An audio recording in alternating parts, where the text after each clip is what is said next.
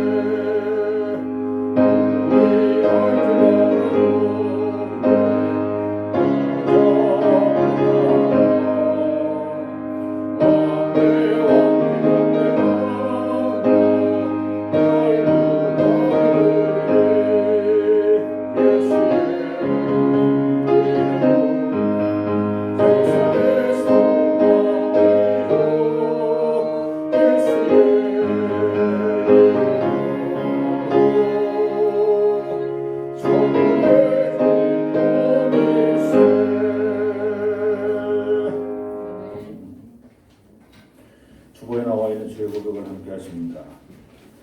주님께서 기뻐하시는 일을 행하여야함에도 우리의 삶은 정반대의 삶을 살아갑니다.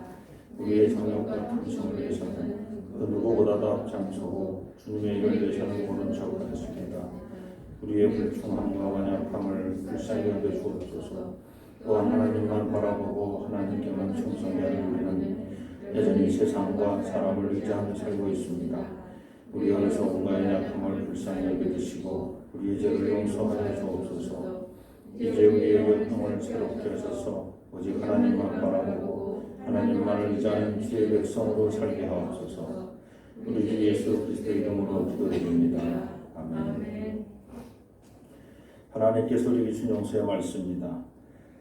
악인에게는 많은 슬픔이 있으나 여호와를 신뢰하는 자에게는 인자하심이 두루리로다. 너의 의인들아 여호와를 기뻐하며 즐거워할지어다. 마음이 정직한 너희들아 다 즐거이 외칠지어다. 아멘.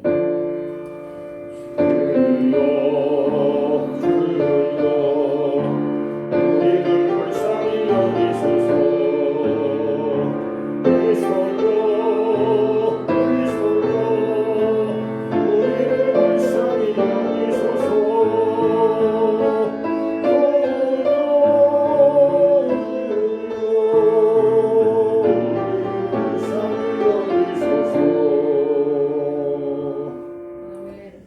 그동문 128번입니다. 나의 영혼이 잠잠히 하나님만 바라며 나의 구원이 그에게서 나오는도다. 오직 그만이 나의 반석이시여 나의 구원이시여 나의 요새시니 내가 크게 흔들리지 아니하리로다. 넘어지는 담과 흔들리는 울타리 같이 사람을 죽이려고 너희가 일찍 공격하기를 언제까지 하려느냐. 그들이 그를 그 높은 자리에서 떨어뜨리기만 하려 하고 그것을 즐겨하니 이로는 축복이요 속으로는 저주로다. 나의 영혼아 잠잠히 하나님만 바라라. 물은 나의 소망이 그로부터 나오는도다. 오직 그만이 나의 반석이시여 나의 구원이시여 나의 요새이시니 내가 흔들리지 아니하리로다. 나의 구원과 영광이 하나님께 있으며 내 힘의 반석과 피난처도 하나님께 있도다. 내 소들아 시로 그를 피하고 그의 앞에 마음을 토하라. 하나님은 우리의 피난처시로다. 아멘. 사도신경으로 신앙 고백했습니다. 전능하사 천지를 만드신 하나님 아버지를 내가 믿사오며 그 외아들 주 예수 그리스도를 믿사오며 이는 성령으로 잉태하사 동정하에 행하시고 본디오 빌라도에게 고난을 받으사 십자가에 못 박혀 죽으시고 장사한 지 4일 만에 죽은 자 가운데서 다시 살아나시며 하늘에 오르사 전능하신 하나님 편에 앉아 계시다가 저희로서 성자와 성도를 심판하러 오시리라. 성령을 믿사오며 거룩한 공유와 성도가 성교하는 것과 죄를 사하여 주시는 것과 몸자에 사는 것과 영원히 사는 것을 믿사오나이다. 아멘.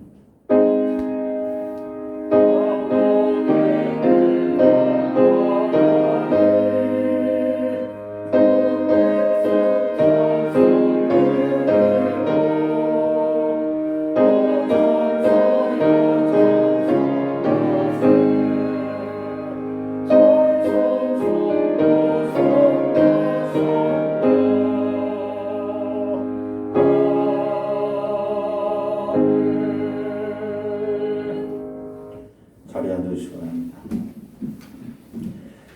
오늘도 하나님의 큰 뜻을 이루는 참으로 복된 한 날이 되게 도와 주옵소서. 하루를 살더라도 하나님의 종으로 하나님의 백성으로 살아가는 우리 개동의 모든 성도님들 되게 도와 주옵소서. 지난 94년 동안 교회를 지켜주시고 세우신 하나님, 세상의 등대가 되는 교회가 되게 도와주옵소서. 어둠을 물리치게 하여 주옵소서. 물에 빠져 죽어가는 수많은 영혼들을 건져내는 구원의 방주가 되게 하여 주옵소서. 기독길에 세워주신 하나님의 큰 뜻이 있는 이 교회를 통해서 믿음의 자녀들이 왕성하게 일어나게 도와주시옵소서. 이곳에서 수많은 이들이 하나님을 아는 찬양을 드리게 하여 주시고 또 이곳저곳에서 모이던 수많은 이들이 하나님의 뜻을 이루는 빛이요 소금의 삶을 살아갈 수 있도록 도와주시옵소서. 서로 합력하여 선을 이루는 아름다운 이들이 모이는 개동교회가 되게 도와주옵소서. 오늘도 저희들이 신령과 진정으로 주 앞에 나옵니다. 저희들의 마음을 주님 받아 주옵소서. 저희들이 무엇으로 하나님 앞에 드릴 수 있겠습니까? 오직 저희들의 신실한 마음뿐인 줄로 믿습니다. 원망하거나 불평하거나 근심하거나 걱정하지 않게 도와주시고 온전한 믿음으로 하나님께만 영광 돌리는 우리의 삶이 되게 도와주시옵소서. 교회를 지켜주시는 아버지 하나님, 교회 모든 구성원 한 사람 한 사람을 지켜주시고 돌봐주시고 속회에서부터 각 기관마다 하나님 동행하여 주옵소서. 특별히 교회 학교를 주님께 맡깁니다. 아름다운 교회 학교가 될 수 있도록 도와주옵소서. 교장 선생님을 중심으로 모든 교감 선생님들 또 모든 교사들과 협력하여 모든 학생들이 참으로 기쁜 마음으로 이곳에서 신앙생활하게 도와주옵소서. 이 모든 일들을 뒤에서 기도하는 또 우리 김은혜 전사님도 주님께서 동행하시고 함께하여 주시옵소서. 오늘도 참으로 복된 날입니다. 귀하고 귀한 말씀 또 저희들에게 주실 터인데 그 말씀 받아 저희들이 또 한 주간 심은 날 참으로 복된 시간 되게 도와 주시옵소서. 모든 말씀 예수님의 이름으로 감사하며 기도드립니다.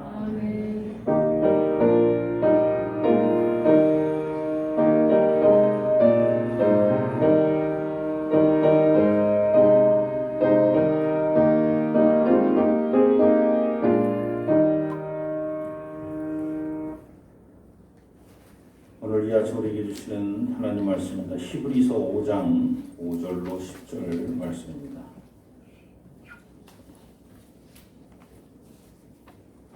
신약성경 히브리서 5장 5절로 10절.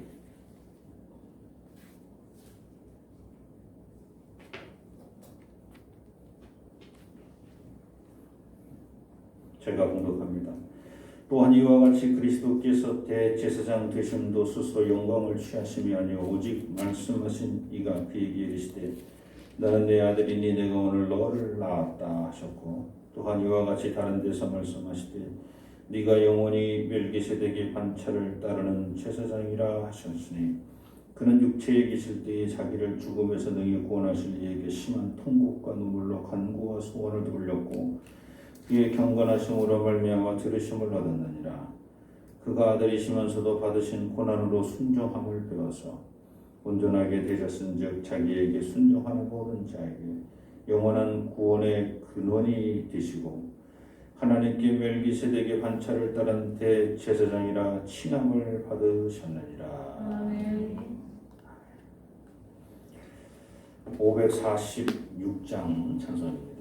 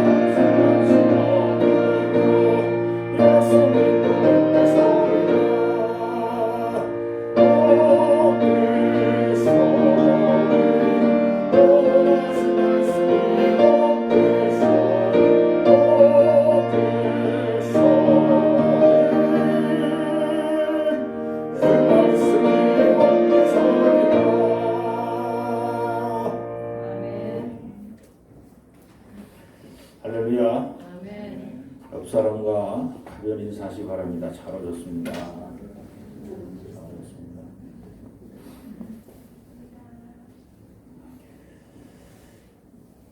지금은 컴퓨터로 인하여 찾아보기 힘드나 40년, 30년 정도까지만 해도 20년 전에도 있었을 겁니다.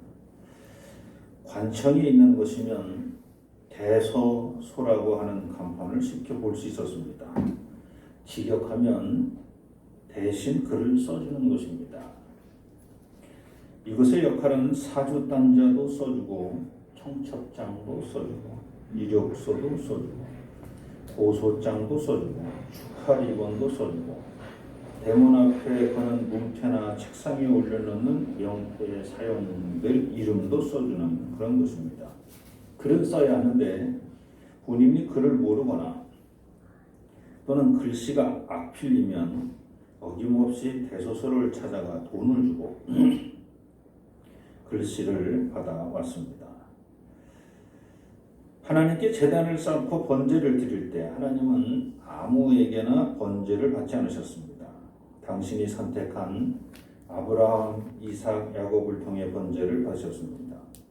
출애굽 이후 하나님은 레위 족속을 구별하여 레위 자손을 통해 그들이 정복한 가나안 땅 곳곳에서 번제를 드리도록 제사장으로 삼았습니다.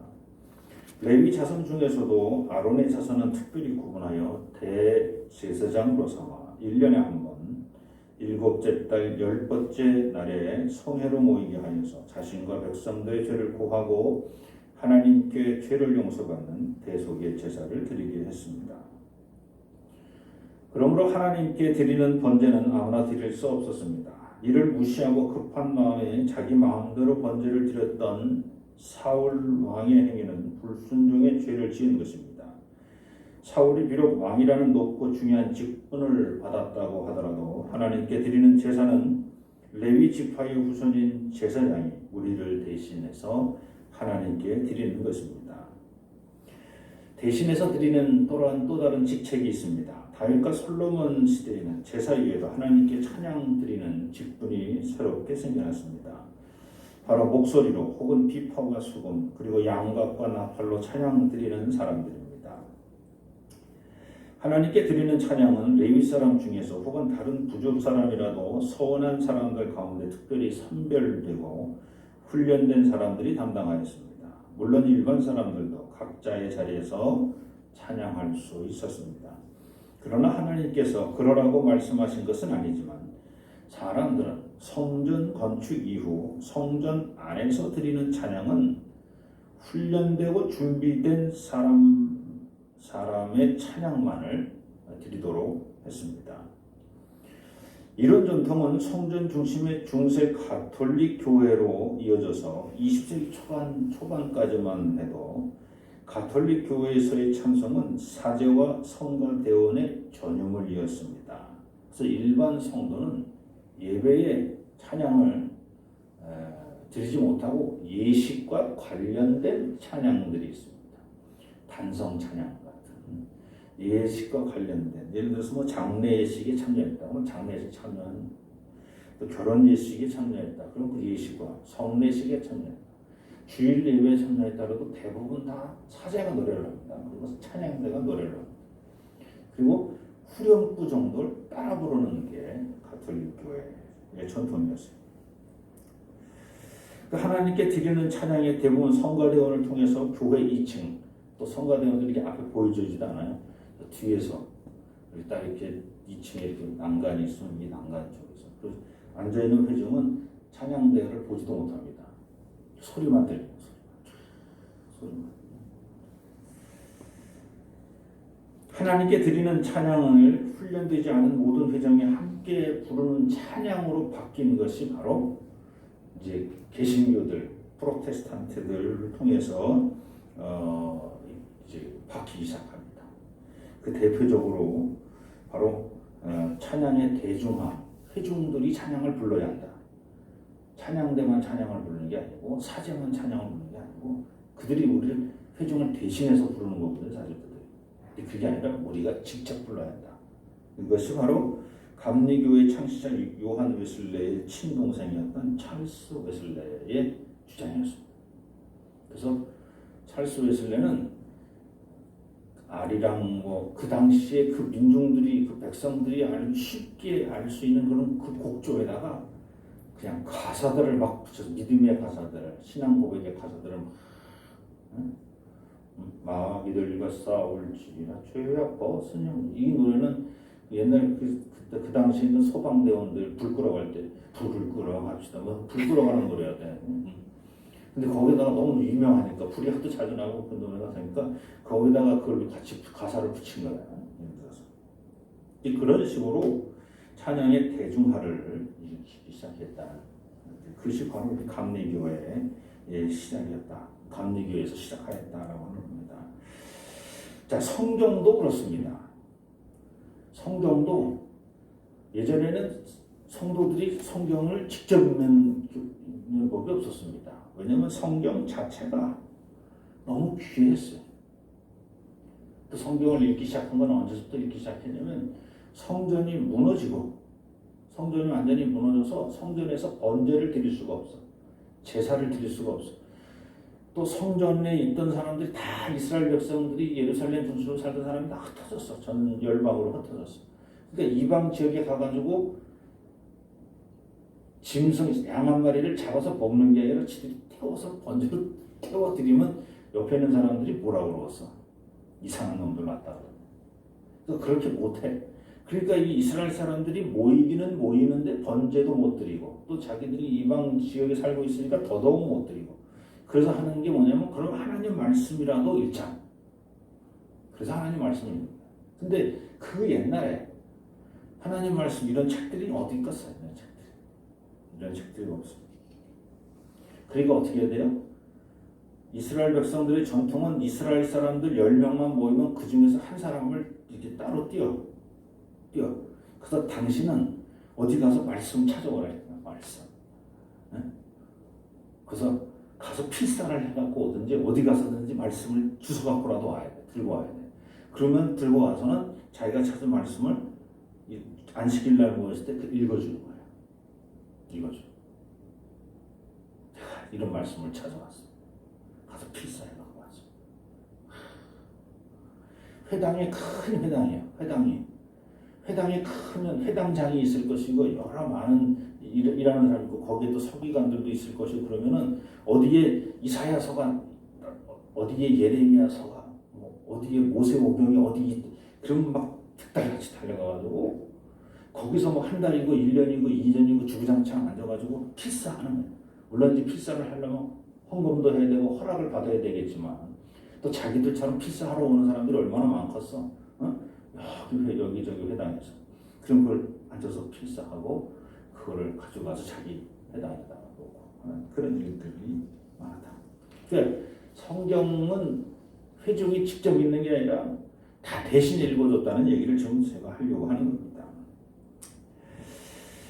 그 옛날에는 책이 귀하고 글을 아는 사람도 적었던 시대라 성경도 특별히 선택된 사람이 읽고 성도들은 듣는 것은 너무나 당연했습니다. 그러다가 1454년 구텐베르크의 금속 활자 인쇄술이 전파되어서 성경이 이전보다는 값싸게 만들어졌습니다. 3년에 정식으로 이제 뭐 두루마기가 아니라 이제 이게 성경책 보통 이만한 성경책이죠. 이만한 이게 좀 작은 거지만 보통 다 이렇게 커지 이렇게 상처만 성경을 쓰려면 손으로 써야 되니까 그래서 이런 성경을 다 66권을 다 쓰려면 한 사람이 3년이 걸려요. 3년이. 근데 구텐베르크의 인쇄술이 발달되면서 한 사람이 3년을 쓰던 것을 1년에 23권씩 책이 나오는 거야.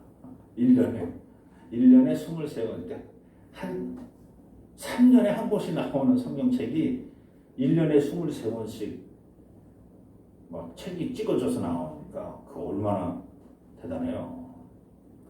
그래도 귀족들만 봤지.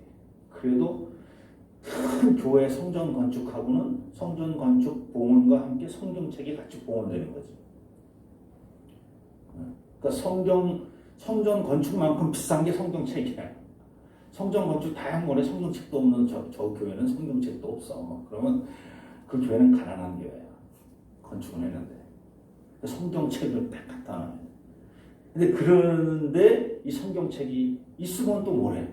성경책을 딱 열어봤는데 헬라어로 되어 있고 라틴어로 되어 있고 내가 어떻게 해서 복사해보면 구약은 또 히브리어 원문으로도 히브리어로도 되어 있는 성경책을 또 복사해갖고 와가지고 그 책이야 또 이게 읽을 수가 없어. 그러다가 마틴 루터가 1522년에 독일어로 성경을 번역합니다. 또 1534년에는 구약 성경을 독일어로 번역합니다. 이때서부터 시작해가지고 성경을 자국어로 번역하는 붐이 일어납니다. 구텐베르크의 금속 활자가 점점 1454년도니까 이제 마틴 루터가 종교개혁을 그 당시에 벌써 한 70년이 지났으니까 금속 활자 인쇄술도 발달됐단 말이에요. 응? 발달됐어요. 그리고 자국어로 모국어로 성경책을 번역하기 운동이 시작되면서 성경이 급속도로 전파되어서 누가 대신 읽어주지 않고 누가 대신 자기들이 이제 읽는 시대가 오기 시작합니다. 자신들이 읽는 시대, 성경을 자기들이 직접 읽기 시작하니까 신부들이 사제들의 가르침과 성경의 가르침이 다르다는 걸 알기 시작합니다.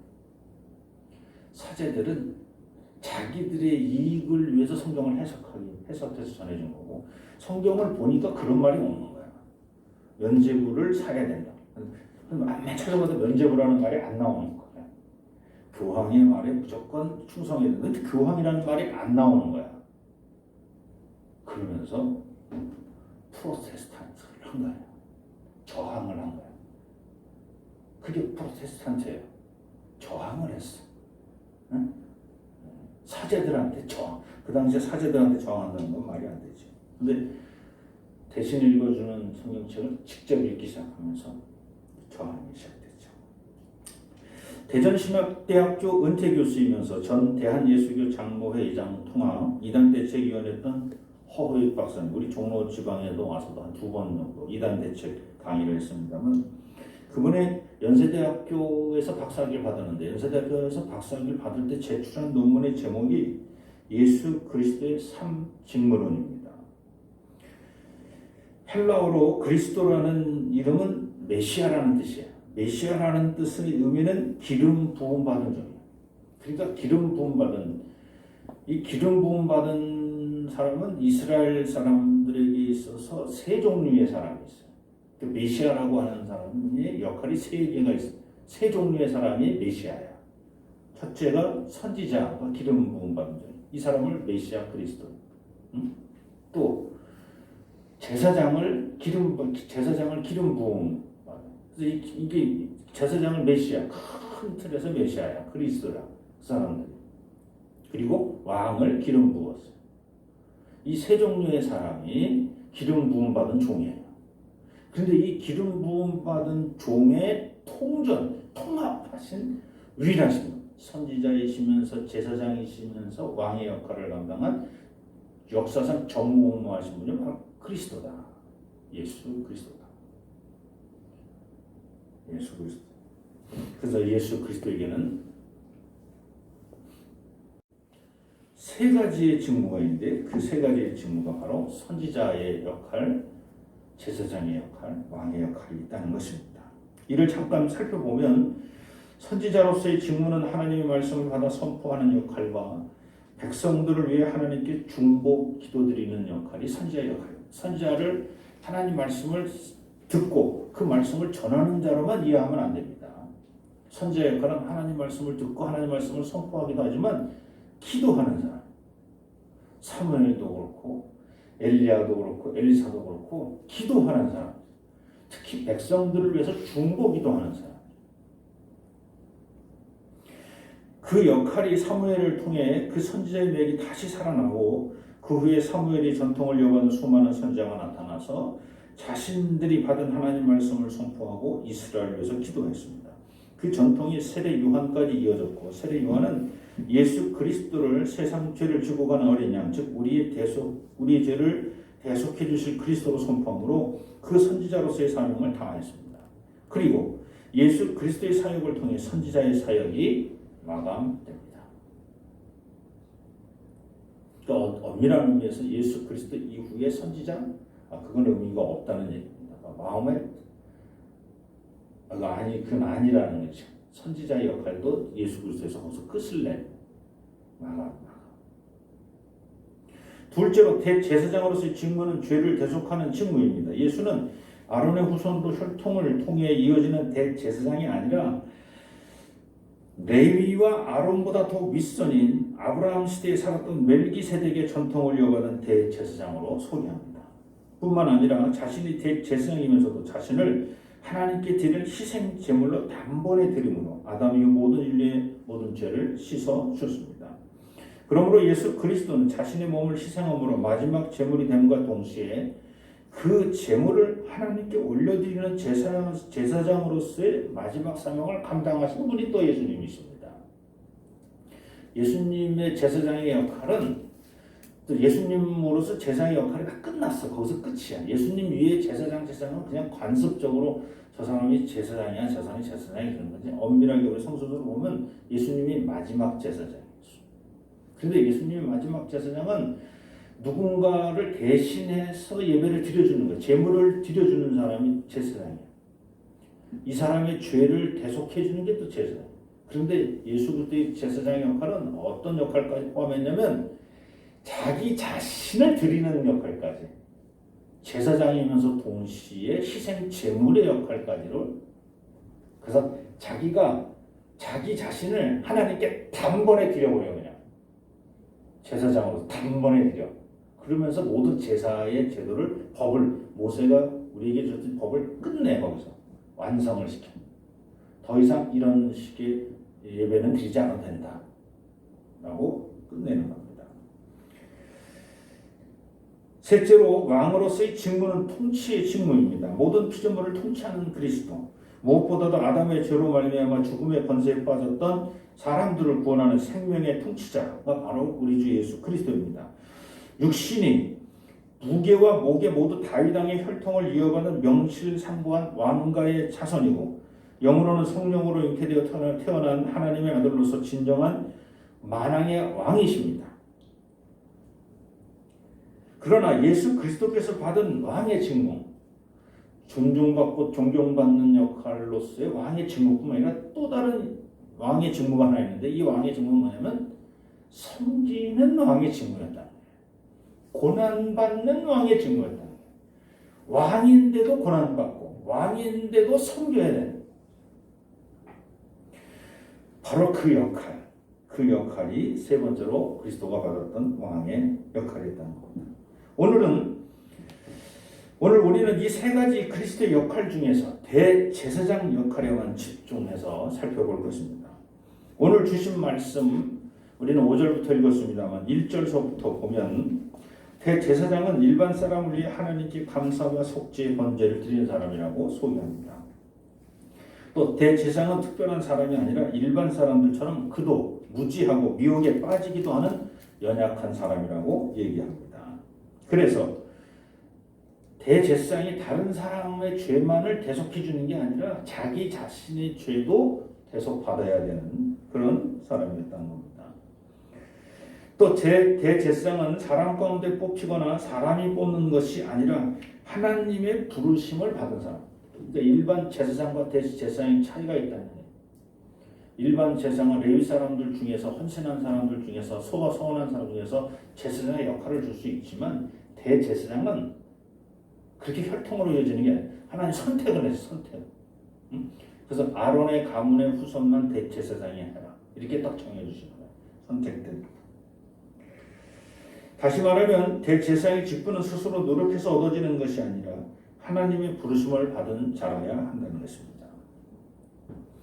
이제 오늘 함께 읽었던 본문의 말씀 5절을 제가 먼저 하나 읽어드립니다. 또한 이와 같이 그리스도께서 대제사장 되심도 스스로 영광을 취하심이 아니요 오직 말씀하신 이가 그에게 이르시되 너는 내 아들이니 내가 오늘 너를 낳았다 하셨고, 그리스도께서 대제사장이라는 직분을 감당하시기로 작정하신 것은 당신 스스로 영광을 받으려 함이 아닙니다. 대제사장이라는 직분을 주신 하나님의 뜻을 이루어 드리기 위해 순종한 것뿐이라는 겁니다. 제가 그리스도로서 사명을 감당해 드리긴 할 텐데, 아버지 그러면 저기 대제사장의 직분을 저한테 주세요. 제가 대제사장 직분을 감당하면서 하겠습니다. 이런 게 아니라는 거예요. 그게 아니라 하나님 말씀에 순종하다 보니까 대제사장의 직분을 맡게 된 거지, 예수 그리스도께서 먼저 대제사장의 직분을 달라고 얘기하는 게 아니라는 거예요. 일하다 보니까 대제사장이 되어 있는 거예요. 일하다 보니까 집사가 되고, 일하다 보니까 권사가 되고, 일하다 보니까 장로가 되고, 일하다 보니까 하나님께서 맡겨주시는 교구장이 되어 있고, 교감성의 교사가 되어 있고, 찬양대원이 되어 있고, 일하다 보니까 내 일꾼이 되어 있는 거예요.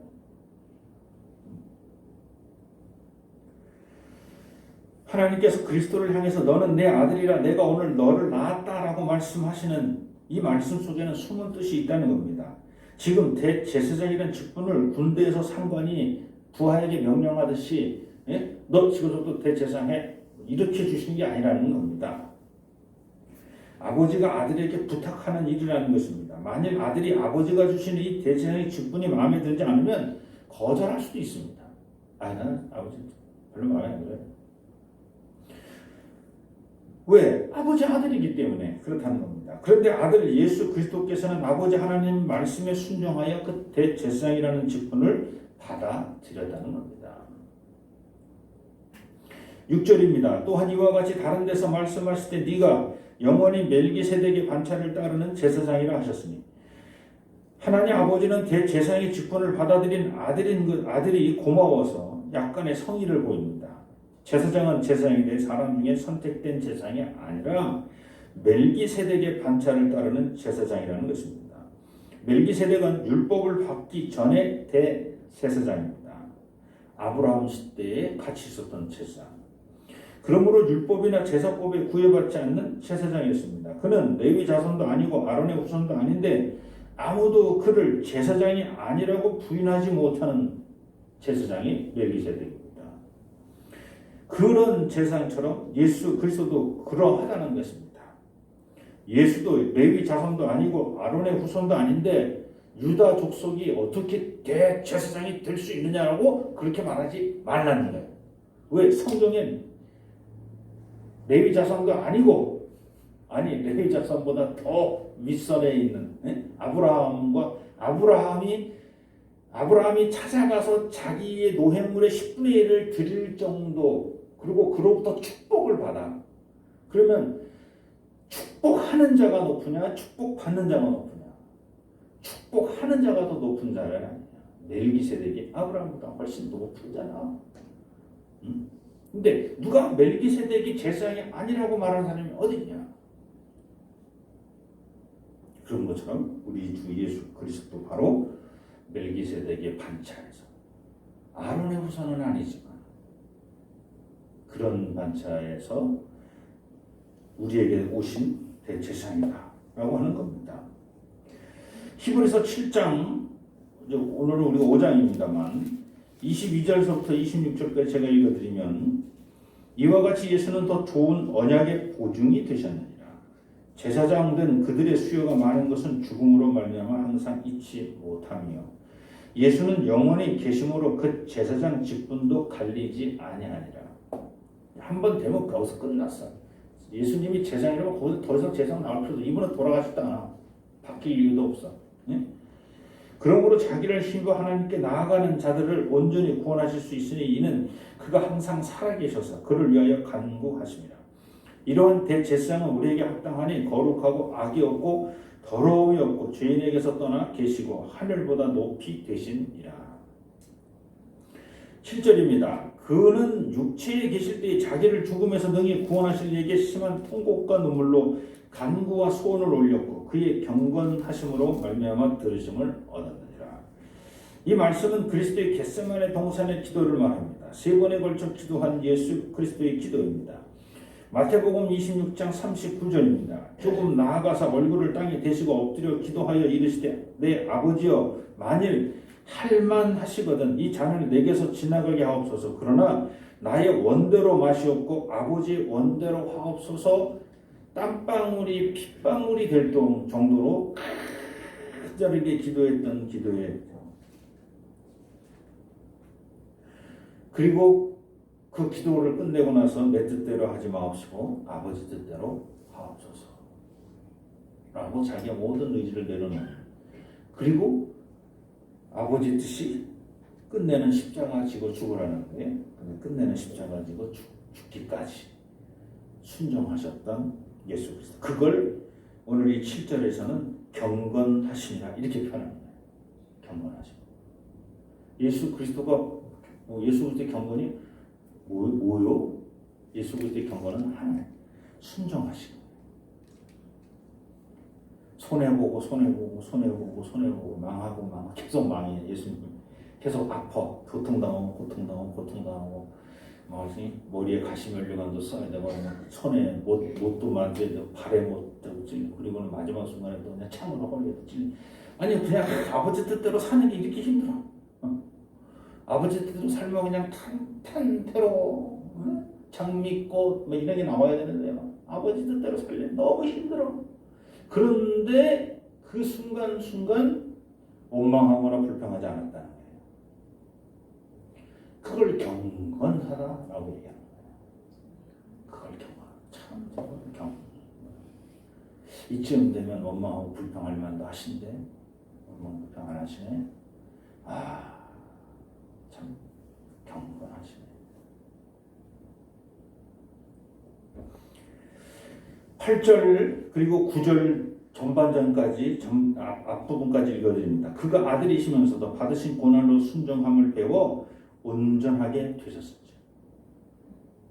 그게 경건함이고 그게 온전함. 그 순종함이 온전함.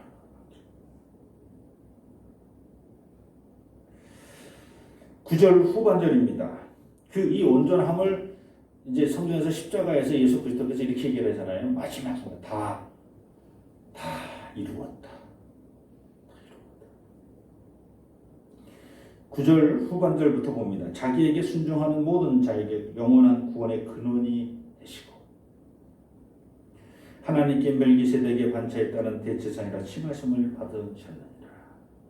이 10절은 또 6절에 있는 말씀하고 같이 오버랩이 되고 있습니다. 그래서 자기에게 순종하는 모든 자에게 영원한 구원의 근원이 되시고 내가 이렇게 아버지 하나님께 순종하고 끝내 십자가 달려 죽기까지 순종하고 그러다가 구원하는 것처럼 사랑하는 형제들이여 사랑하는 나를 믿는 사람들아 하나님을 믿는데 하나님을 믿다가 낭망하거나 절망하지 마라.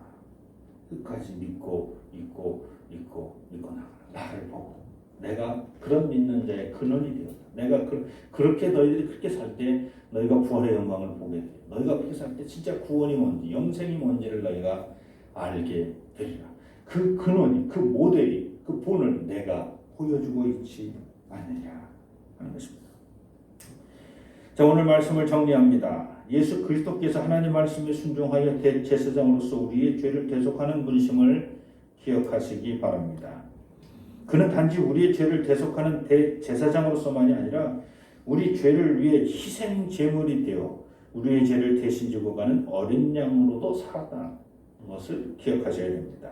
그러므로 그리스도의 대제사장의 역할은 양면성을 가집니다. 즉 인류 역사상 마지막으로 하나님께 번제드린 대제사장이며 자기 자신을 하나님께 드리는 마지막 희생 제물로서의 역할을 감당한 제사장이었다는 말입니다. 이처럼 우리도 그리스도의 직무 중 대제사장의 이중적 직무를 본받아야 합니다. 먼저 매 순간 마지막 날인 것처럼 종말론적인 입장에서 하나님께 신령과 진정으로 찬양과 경배를 드리는 자가 되어야 합니다. 매 순간 오늘이 내가 오늘 하나님께 내 의지로 찬양드리 내 입술로 내 혀로 내 마음으로 하나님께 찬양 드릴 수 있는 오늘이 마지막 날이야. 오늘이 내가 하나님께서 내게 맡겨주신 사명을 감당할 찬양 대제사장으로 찬양 드려야 될 마지막 날이야라고 하는 그런 마음으로 매일매일 하나님께 찬양과 경배를 드리셔야 될 줄로 믿습니다. 그걸 가지고 성경에서는 새 노래라고 말하는 겁니다. 내가 몰랐던 노래를 새로운 어저께는 있었고 오늘은 어저께는 없었던 오늘 새로 작곡한 노래가 새 노래가 아니라 내가 늘 마지막인 것처럼 내 마음을 새롭게 하여서 오늘 아니면 드릴 기회가 없어. 그렇게 불러드리는 게 새 노래라는 것입니다. 찬양과 기도를 숨쉬듯이 하나님께 드리시는 저와 여러분 되시기를 축원합니다. 그리고 예배를 드림에 누군가에게 끌려가는 예배가 아닌 예배를 주관하는 주관자의 자세로 예배를 드리시기 바랍니다. 대표 기도자가 따로 있어서 따라가면 되고, 찬양 인도자가 따로 있어서 따라가면 되고, 성경 봉독하는 사람이 있어서 그냥 듣기만 하면 되고, 설교하는 자가 있어서 그냥 또 듣기만 하면 되고, 그런 것이 아니라 우리 모두가 누가 와서 대표 기도를 해도 그 대표 기도자의 기도가 내 기도로, 누군가가 찬양을 해도 그가 찬양하는데 나도 같이 찬양하는, 누가 성경을 읽으면 그 성경을 아우 편해 하고 그렇게 듣는 게 아니라 나도 같이 성경을 읽는 거야. 설교하는 사람이 있으면 설교 말씀을 들으면서 아, 저 오늘은 이상해. 뭔 얘기를 하나도 못 알아듣겠어. 요새 서신서 들어오면서 이상해졌어. 너무 조직이 신학적인 것 같아. 아, 재미 하나도 없어. 위로가 되고 평안이 와야 되는데 머리만 쓰게 만들어. 막 이러면서, 그게 아니라 같이 설교의 마음으로. 저도 이런 설교 준비하면서 아주 힘듭니다. 아주 정말. 평상시 잘 읽지도 않는 제사장 뭐 이런 거 설교하려면. 근데 같이 동화하는 거예요. 같이 가는 거예요. 그게 바로 끌려가는 예배가 아니라 주관자의 자세로 예배를 드리는 거예요. 우리 모두가 기도자여, 찬양하는 자여, 성경 봉독하는 자여, 말씀 전하는 자가 되어서 예배를 드려야 합니다. 그것이 바로 내가 이 예배를 주도해야지라고 하는 그 마음이, 그렇다고 많이 예배를 막 좌중지하는 게 아니라 그런 마음이 모아서 내가 희한하게 예배를 주관하는 게 아니라 예배의 희생 제물이 되어진 거예요. 그때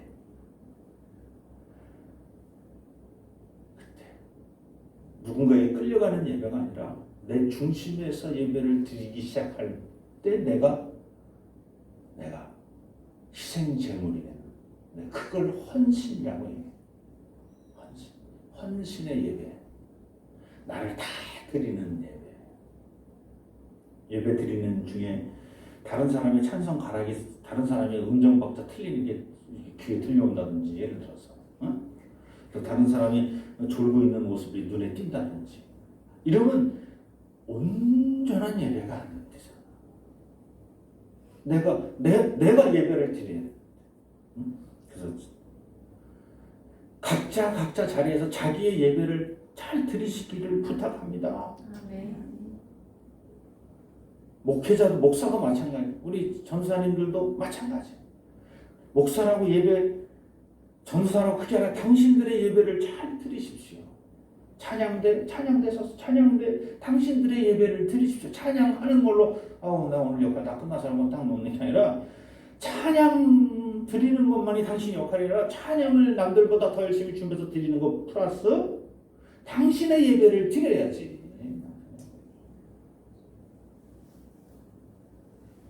교사들도 마찬가지. 그것이 바로 우리 자신이 희생제물이 드리는 헌신의 예배입니다. 할렐루야. 오늘 하나님 홀로 영광 찬양 받으시옵소서. 대제사장으로서 이 땅에 오신 우리 주 예수 그리스도의 삶을 본받아 저희들도 예배 드리는 자의 자리뿐만 아니라 우리 스스로가 제물이 되는 놀라운 역할을 잘 감당하게 도와 주옵소서. 예수님의 이름으로 감사하며 기도드립니다. 자살에서 일어나셔서 봉헌성 함께합니다.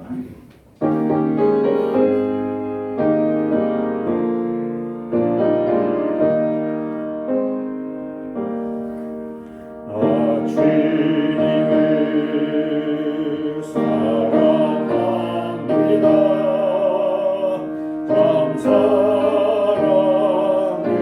사랑의 주를 경배해 한 마음으로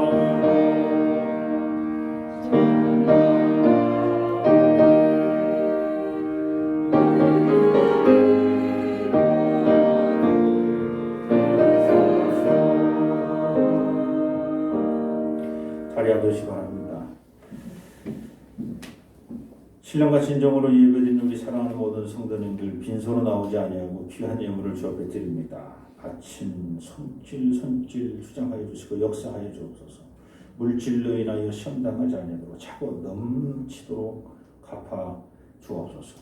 이 예물이 쓰여지는 것 주님 일일이 찾아주셔서 하나님의 뜻에 합당한 역사가 일어나는 것에 잘 사용되게 도와주시옵소서. 육신의 질병을 주님께 맡깁니다. 치료하여 주옵소서. 마음의 상처를 주님께 맡깁니다. 하늘의 위로와 평안으로 채워 주옵소서.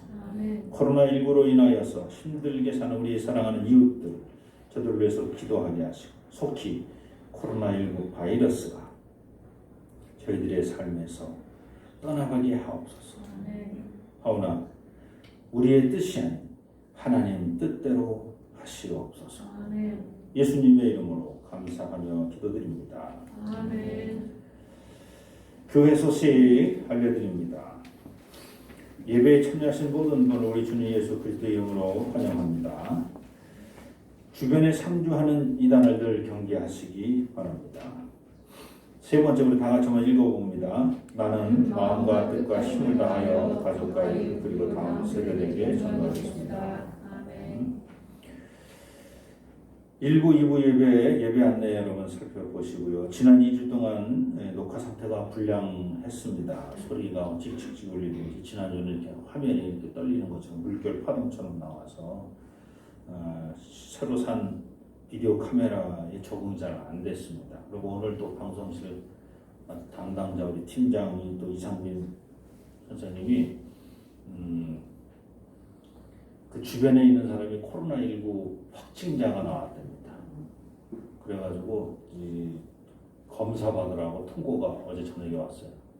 그래서 오늘 올 수가 없어요, 교회. 왜냐면 오늘 지금 이 시간에 코로나 검사를 받으러 가야 된다고 합니다. 그래서 자기 음성 판정이 나오든 뭐라든지 일단 판정이 나올 때까지 자가격리 또 해야 되고 그런 상황이 돼서 나오지 못했습니다. 그래서 일단은 이전처럼 그 비디오 카메라가 아닌 핸드폰 카메라로 먼저 찍어서 올리는데 제가 지금 보니까 오늘 말씀이 너무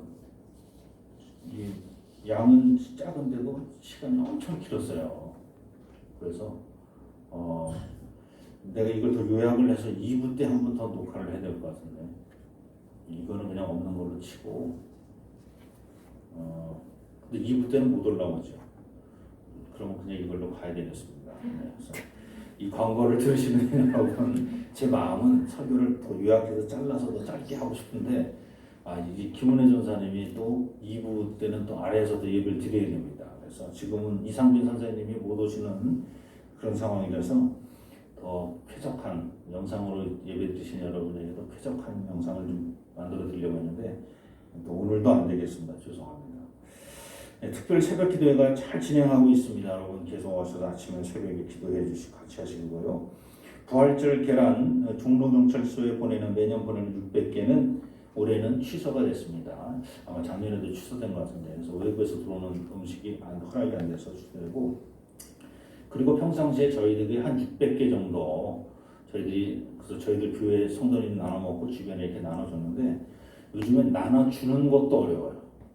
그래서 그냥 우리끼리 먹을 거만 한 300개 정도만 준비하는 게 어떠냐 그렇게 하려고 합니다. 그래서 그것만 준비하려고 하니까 또 계란값도 엄청 비싸졌어.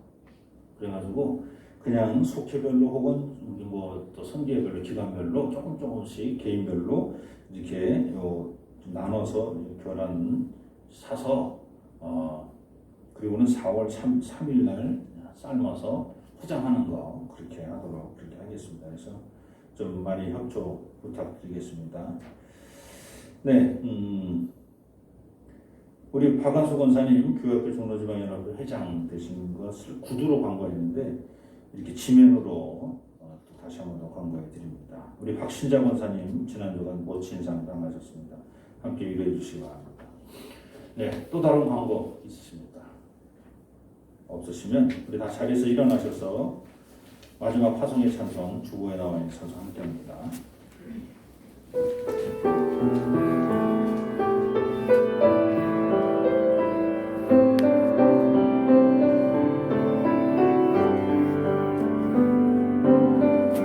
십자가 그 사랑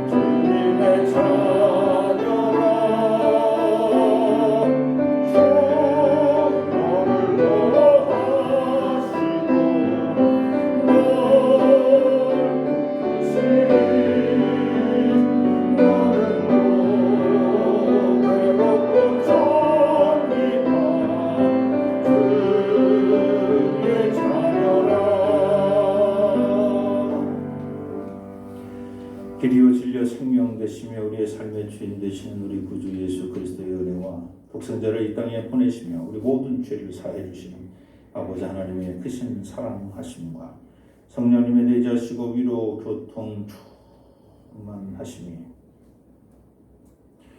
하나님을 섬기되 주관자여 주도자의 모습으로 하나님을 섬기게 하여 주시고 무엇보다 내 몸 그대로 제물로 드릴 줄 아는 헌신의 예배를 드리는 또 그렇게 드리기로 작정하는 우리 교동의 모든 성도님들 머리머리와 저들의 가정과 삶의 터전과 자녀손들 머리머리 특별히 코로나19로 힘들게 살아가는 우리 이웃들 머리머리에 또한 이 나라와 이 민족과 역사 위에 이제로부터 영원토록 함께하여 주시기를 간절히 축원하옵나이다. 아멘.